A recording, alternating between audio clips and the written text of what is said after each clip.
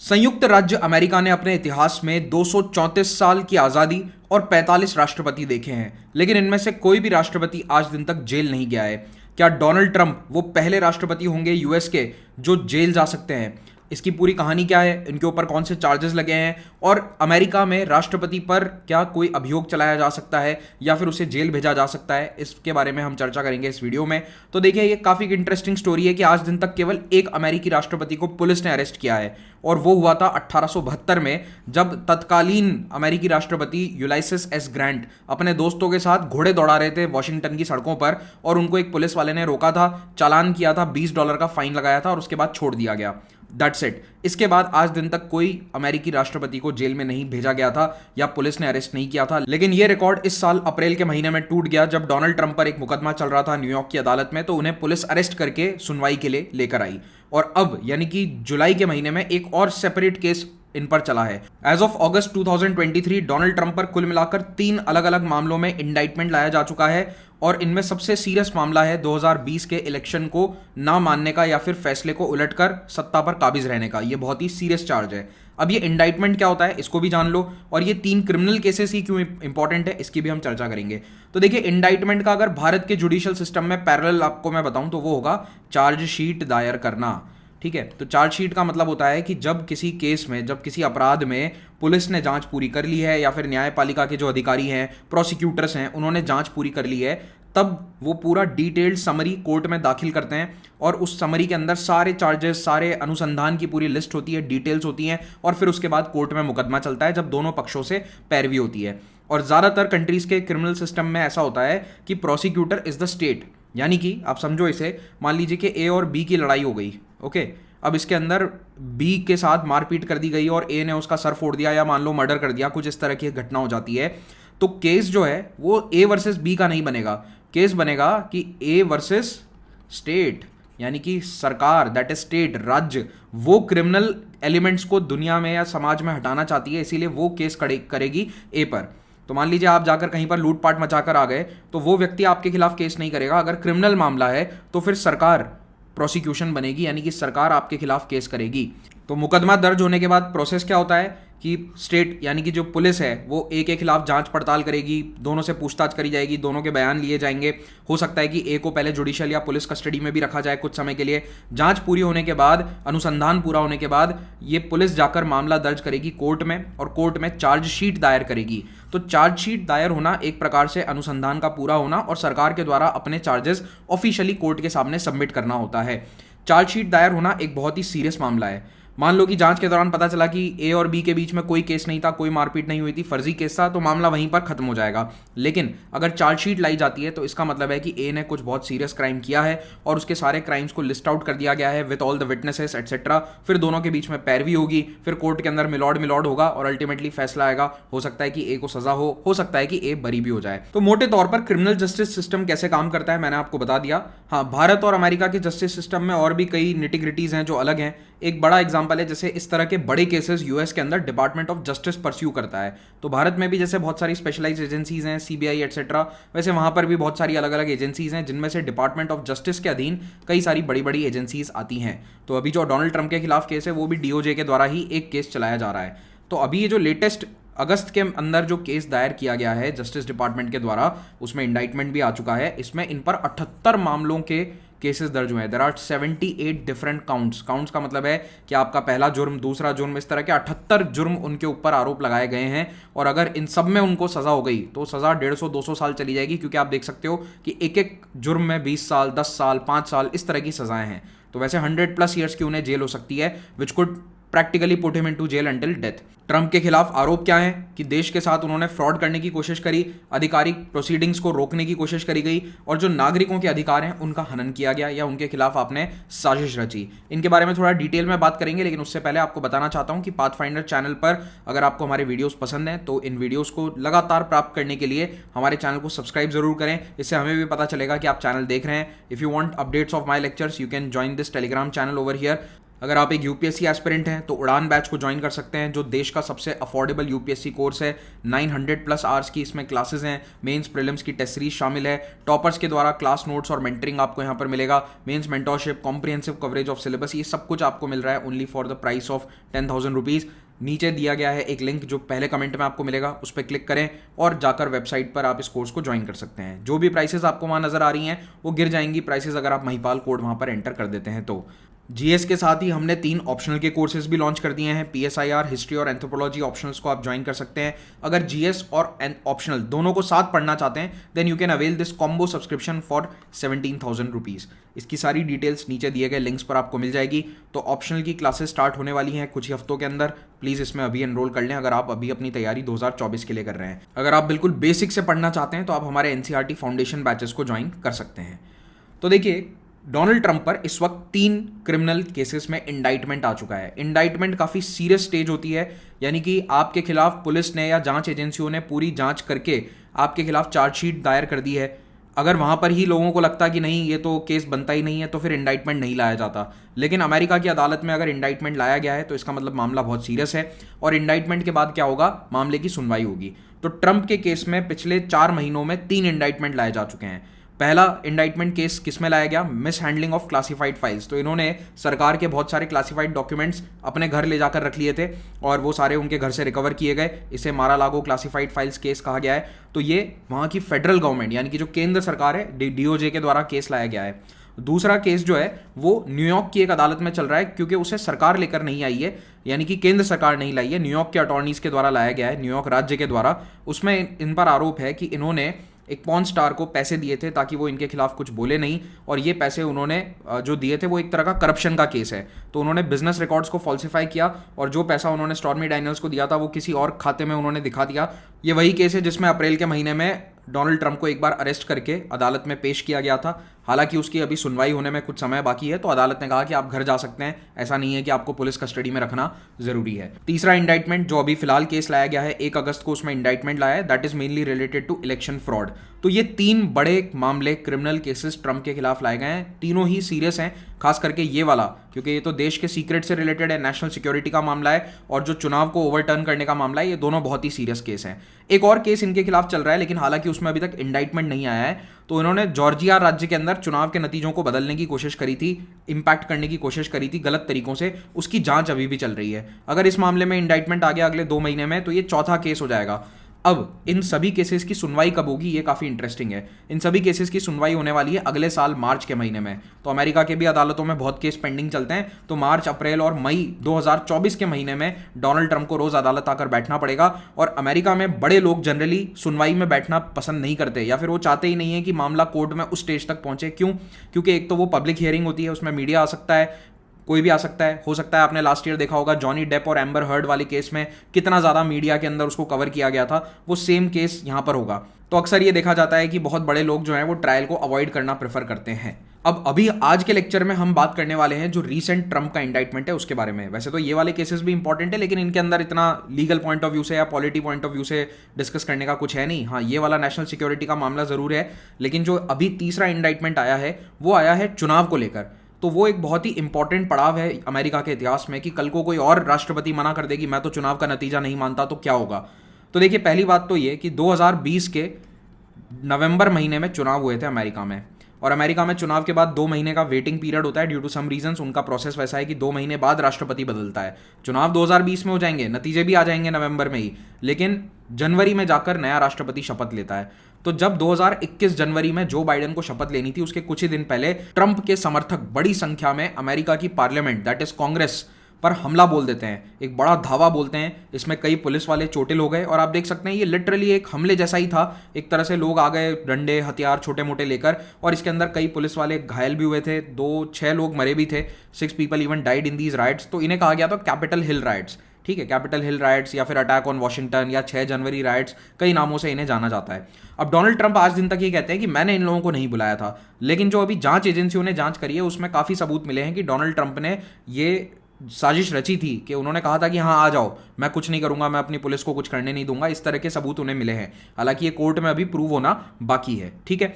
तो ये जो इनके समर्थकों ने कैपिटल पर धावा बोला था, ये एक तरह से डेमोक्रेसी पर धावा है, कि कोई भी सिटिंग राष्ट्रपति अगर चुनाव का फैसला मानने से मना कर दे तो ये भविष्य में अमेरिका के लिए बहुत ही कॉम्प्लेक्स केस हो सकता है। अमेरिका क्या, किसी भी डेमोक्रेसी के लिए बहुत ही कॉम्प्लेक्स हो सकता है। तो इसीलिए इस केस की सुनवाई ज़्यादा इंपॉर्टेंट है। तो देखिए, अब ट्रंप पर जो चार्जेस आए ना उनको एक एक करके ध्यान से देखते हैं। पहला, conspiracy to defraud the US, यानी कि आपने देश के साथ फ्रॉड या धोखाधड़ी करने की कोशिश करी है, क्योंकि 2 महीने तक लगातार डोनाल्ड ट्रंप, और इनफैक्ट आज दिन तक डोनाल्ड ट्रंप यही कहते हैं कि मुझसे चुनाव छीन लिया गया, द इलेक्शन वॉज स्टोलन, कि मुझे तो जीतना था, मैं तो जीता हुआ कैंडिडेट था, मेरे साथ धोखा हुआ है और इलीगली वोट काउंट किए गए या फिर ठीक से वोट काउंट नहीं किए और उसके लिए मैं हार गया। ये उन्होंने बार बार कहा, जबकि पूरा प्रोसेस एकदम ढंग से हुआ था, अच्छे से हुआ था, वो फेयर एंड स्क्वायर चुनाव हारे थे। दूसरा, उन्होंने ऑफिशियल प्रक्रिया को रोकने की कोशिश करी। तो देखिए, सिटिंग राष्ट्रपति के पास वैसे कोई बहुत ज़्यादा पावर नहीं होता है उस 2 महीने के अंदर। He is like a sitting duck, ये उसको कहा जाता है, सिटिंग डक प्रेसिडेंट, यानी कि बिना शक्तियों का राष्ट्रपति। लेकिन उसके बावजूद उन्होंने 2 महीने तक कोशिश करी कि पूरा वोटिंग प्रोसेस को रोका जाए, या वोटिंग के अंदर जो ऑफिशियल प्रोसेस होता है जिससे नया राष्ट्रपति चुनेगा उसको उन्होंने रोकने की कोशिश करी। तो obstruction of an attempt to obstruct an official proceeding, ताकि जो बाइडन राष्ट्रपति ना बन सकें। एक्चुअली जो सर्टिफिकेशन प्रोसेस होता है उसको इन्होंने रोकने की कोशिश करी थी, ताकि जो बाइडन को वो सर्टिफिकेट ना मिले कि आप चुनाव जीत चुके हो। और उन्होंने अपने उपराष्ट्रपति को कन्विंस करने की कोशिश करी कि तुम बाइडन को वो सर्टिफिकेट ना दो। कायदे से बाइडन को देना होता है, लेकिन वो बाइडन, माइक पेंस ने मना कर दिया था। ठीक है, तो उन्होंने माइक पेंस अपने उपराष्ट्रपति को भी बहुत बुरा भला कहा। कुल मिलाकर इन्होंने सरकारी प्रक्रिया में, या जो चुनाव का पूरा प्रोसेस है उस प्रक्रिया में हस्तक्षेप करने की और उसे रोकने की कोशिश करी। तीसरा चार्ज काफ़ी अनोखा है, कॉन्स्पिरेसी अगेन राइट्स, यानी कि आपने अमेरिकी नागरिकों के अधिकारों के खिलाफ एक साजिश रची। ये कौन से राइट्स हैं? ये सिविल राइट्स हैं कि नागरिकों का अधिकार है कि वो अपने राष्ट्रपति को चुन सकें, अपने चुने हुए नुमाइंदे को व्हाइट हाउस में भेज सकें। तो इस पूरी प्रक्रिया में डोनाल्ड ट्रंप ने हस्तक्षेप करके उसे रोकने का, उसे ऑप्रेस, थ्रेटन और इंटिमिडेट करने की कोशिश करी। इसीलिए इनके खिलाफ ये वाला भी केस लाया गया है। अब ये कॉन्स्पिरेसी अगेंस्ट राइट्स जो है एक बहुत पुराना कानून है। ये बनाया गया था 19वीं शताब्दी में, ऑलमोस्ट 150 साल पुराना कानून है। और तब क्या होता था कि कई लोग ब्लैक्स को, अफ्रीकन अमेरिकन को वोट देने से रोकते थे, खास करके कू क्लक्स क्लान जैसे जो कुछ संगठन है, वाइट सुप्रीमेसिस्ट संगठन थे, इन्होंने ब्लैक्स को वोट देने से रोकने की कोशिश करी थी। तो इन साजिशों को बंद करने के लिए ये कानून लाए गए थे। उस कानून के तहत डोनाल्ड ट्रंप पर अभी मुकदमा चल रहा है, जबकि बहुत सालों से इस तरह का कोई मुकदमा नहीं चला है और ज़्यादातर उस तरह के जो कानून है वो हटा दिए गए हैं। So conspiracy against rights is a surviving piece of the enforcement era. Almost 100 साल से पहले के समय का ये कानून है जिसके तहत अभी इन पर केस चलेगा। अच्छा, इस वाले केस में मौत की सज़ा भी हो सकती है। कब? जब आप किसी को वोट देने से रोकने के लिए या तो उसको मर्डर कर दें, उसको किडनैप करवा दें या उसका रेप कर दें, तो ऐसे केसेस के अंदर आपको मौत की सज़ा भी दी जा सकती है। तो डोनाल्ड ट्रंप के कई समर्थक जो हैं उन्होंने तो ये फैलाना शुरू कर दिया कि जानबूझकर सरकार ने ऐसी धारा लगाई है जिसके अंदर मौत की सज़ा है। हालांकि उन्हें मौत की सज़ा नहीं होगी, because he did not literally kidnap anyone और मर्डर एनीवन। तो उन्होंने ना तो मर्डर, रेप या किडनैपिंग किया है, तो इसलिए उनको मौत की सज़ा नहीं होगी। हाँ, उन्हें 20 साल तक की मैक्सिमम सज़ा हो सकती है अगर उन्होंने किसी को वोट देने से रोकने की कोशिश करी है। तो ऐसे में सारे अगर आप मिला लो तो डोनाल्ड ट्रंप को डेफिनेटली 100 साल की सज़ा हो सकती है, अगर इनमें से 78 में से 30 केस भी उनके खिलाफ साबित हो जाते हैं। तो डोनाल्ड ट्रंप अगर जाएंगे तो जेल बहुत लंबा समय जाएंगे। आप मान के चलो कि वो व्यक्ति जो ऑलमोस्ट अभी 78 ईयर्स का है, हाँ 78 का हो गया है, तो 78 ईयर्स के हैं, तो वो 20 साल 25 साल जेल में रहेंगे, इतना ही जीवन होगा। मान लो 100 साल भी जीवित रहते हैं तो 22 साल अगले उनके जेल में बीतेंगे, अगर अगले साल उन्हें सज़ा हो जाती है तो। अब ये वीडियो आज मैं रिकॉर्ड कर रहा हूँ 3 तारीख दिन में, तो अभी डोनाल्ड ट्रंप कोर्ट में पेश हुए नहीं है। इसी मामले में आज उन्हें पेश होना है। तो अमेरिका के अंदर 3 तारीख का दिन जो है वो होगा लगभग 12 घंटे बाद, उस समय वो कोर्ट में पेश होंगे और ये 45 पेज का जो पूरा इंडाइटमेंट है ये पढ़ा जाएगा। और इसके अंदर डोनाल्ड ट्रंप के एडमिनिस्ट्रेशन के और भी कुछ लोग हैं, जैसे उनको एडवाइस करने वाले 4 लॉयर्स, एक जस्टिस डिपार्टमेंट का खुद का ऑफिसर और पॉलिटिकल कंसल्टेंट, कहते हैं कि इन्होंने मिसगाइड किया ट्रंप को कि हाँ आप चुनाव को पलट सकते हो, चुनाव के नतीजे नहीं मानोगे। तो कुल मिलाकर उन पर भी केस चल सकता है, even they can be put to jail. अब एक बार के लिए हम मान लेते हैं कि इस पूरे मामले में डोनाल्ड ट्रंप को सजा नहीं होती है, ठीक है, ये तो चार्जेस हैं, चार्जशीट लाई गई है सरकार के द्वारा, डीओजे के द्वारा। अब मान लो कि कोर्ट के अंदर ये साबित नहीं हो पाए कि डोनाल्ड ट्रंप दोषी हैं, उन्हें बाइज्जत बरी कर दिया जाए, तो क्या वो अगले साल 2024 के अंत में होने वाले यूएस इलेक्शंस में लड़ सकते हैं चुनाव? हाँ, चुनाव वो लड़ सकते हैं, लेकिन प्रॉब्लम क्या है कि उनकी पब्लिक इमेज पूरी खराब हो जाएगी। एक्चुअली इन केसेस का ट्रायल जो है वो अगले साल चलेगा, नेक्स्ट ईयर गर्मी के महीनों में ट्रायल चलेगा, and that will be the time off peak campaigning. यानी कि आज से एक साल बाद 2024 के नवंबर में जो चुनाव होंगे ना, उनका कैंपेनिंग आज से ठीक एक साल बाद यानी कि जुलाई अगस्त इसी समय 2024 में पिकअप करता है। अब उस समय कैंडिडेट प्रचार प्रसार करने की बजाय कोर्ट के अंदर अपने पुराने जुर्म को बचाने की कोशिश कर रहा है, पुराने क्राइम्स के अंदर कह रहा है कि सर मैंने क्राइम नहीं किया, तो फिर उसकी क्या इज्जत रहेगी? तो उसकी रेटिंग्स तो नीचे जाएगी, चुनाव जीतना बहुत मुश्किल है। तो माना जा रहा है कि डोनाल्ड ट्रंप का पॉलिटिकल करियर ऑलमोस्ट खत्म हो जाएगा इस केस के कारण। वो चाहकर भी चुनाव जीत नहीं पाएंगे, चाहे अगर वो बाइज्जत बरी भी हो जाएं। मान लो कि 2-3 महीने ट्रायल चला, उनको बरी भी कर दिया गया, तो भी उनकी पॉलिटिकल इमेज जो है वो काफ़ी डाउन चली जाएगी और वो प्रचार प्रसार नहीं कर पाएंगे। हाँ, इसके बावजूद भी जीत सकते हैं, है ना भाई साहब, ये आदमी कुछ भी कर सकता है। वैसे तो अगर ये इतना ज़्यादा पॉपुलर हो गया कि ये फिर से इसको लोग वोट दे दें और ये चुनाव जीत जाए, तो it will be the first time कि ऐसा एक कैंडिडेट चुनाव जीतता है जिसके खिलाफ क्रिमिनल चार्जेस लाए गए हों और कोर्ट के अंदर वो बरी हुआ हो। ऑफ कोर्स ट्रंप कह रहे हैं कि मेरे खिलाफ लाए गए सारे चार्जेस जो हैं वो बिल्कुल ही रिडिक्यूलस हैं। उनकी भाषा ऐसी होती है कि रिडिक्यूलस, बहुत ही फालतू किस्म के ये सारे चार्जेस मेरे खिलाफ लाए गए हैं। और इनकी टीम ने तो ये तक कह दिया है कि जैसे नाजी जर्मनी केसेस लाया करता था पॉलिटिशियंस के खिलाफ, या सोवियत यूनियन के अंदर जैसे विच हंट होते थे, उस तरह के ये डिक्टेटोरियल और अथॉरिटेरियन रेजिम्स की तरह काम कर रहा है अमेरिकी सरकार का डिपार्टमेंट ऑफ जस्टिस। क्योंकि इस वक्त सरकार किसकी है? डेमोक्रेटिक पार्टी की। जो बाइडेन इस वक्त पावर में है, जो कि रिपब्लिकन पार्टी के विरोधी हैं और रिपब्लिकन पार्टी के ही नेता हैं डोनाल्ड ट्रंप।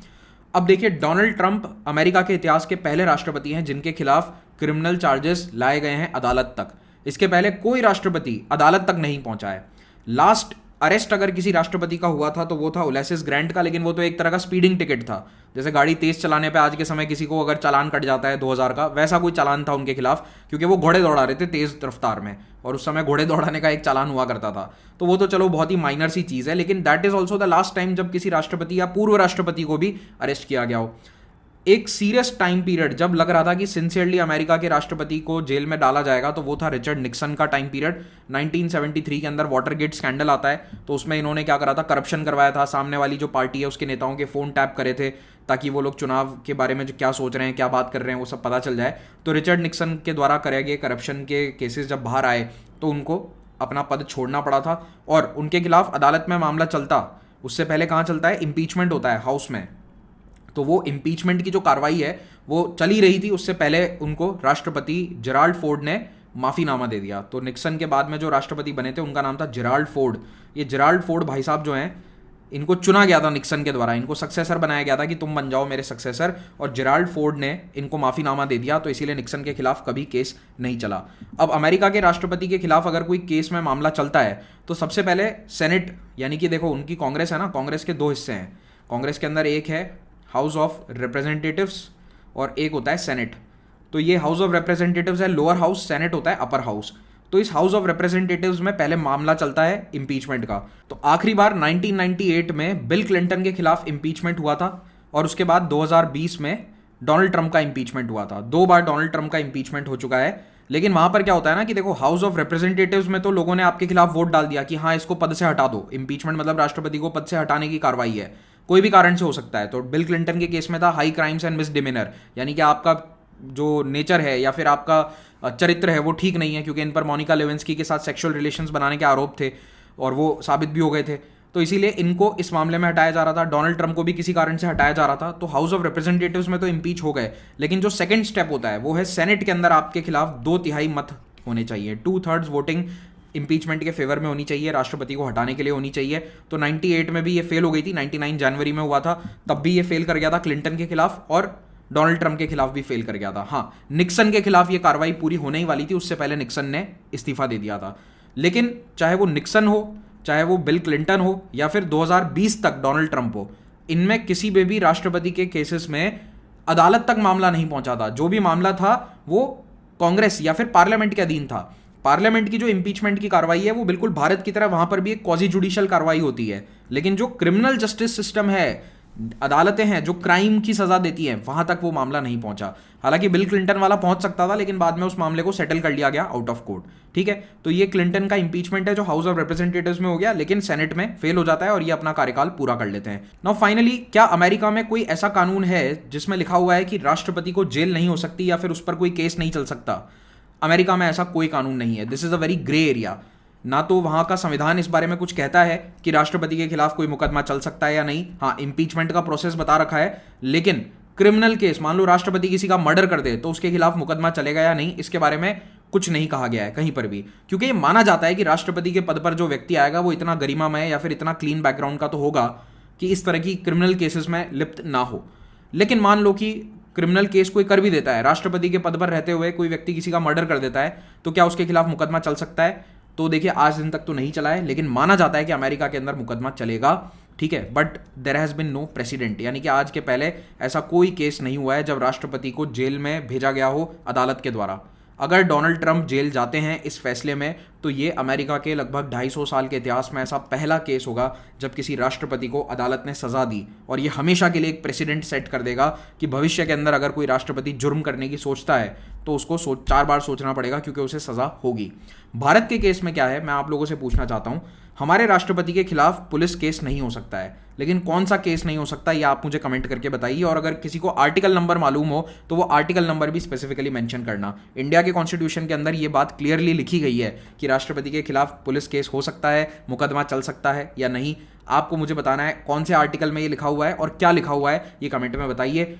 इसी के साथ ये लेक्चर हम समाप्त करेंगे। अगर अच्छा लगा हो तो इस वीडियो को लाइक जरूर करें। अनअकैडमी के प्रीवियस सिलेक्शंस आप यहाँ पर देख सकते हैं। पर्सपेक्टिव सीरीज के वीडियोस को जरूर देखिए। Do join our social media handles and you can download the PDF from here. Thank you so much, have a great day.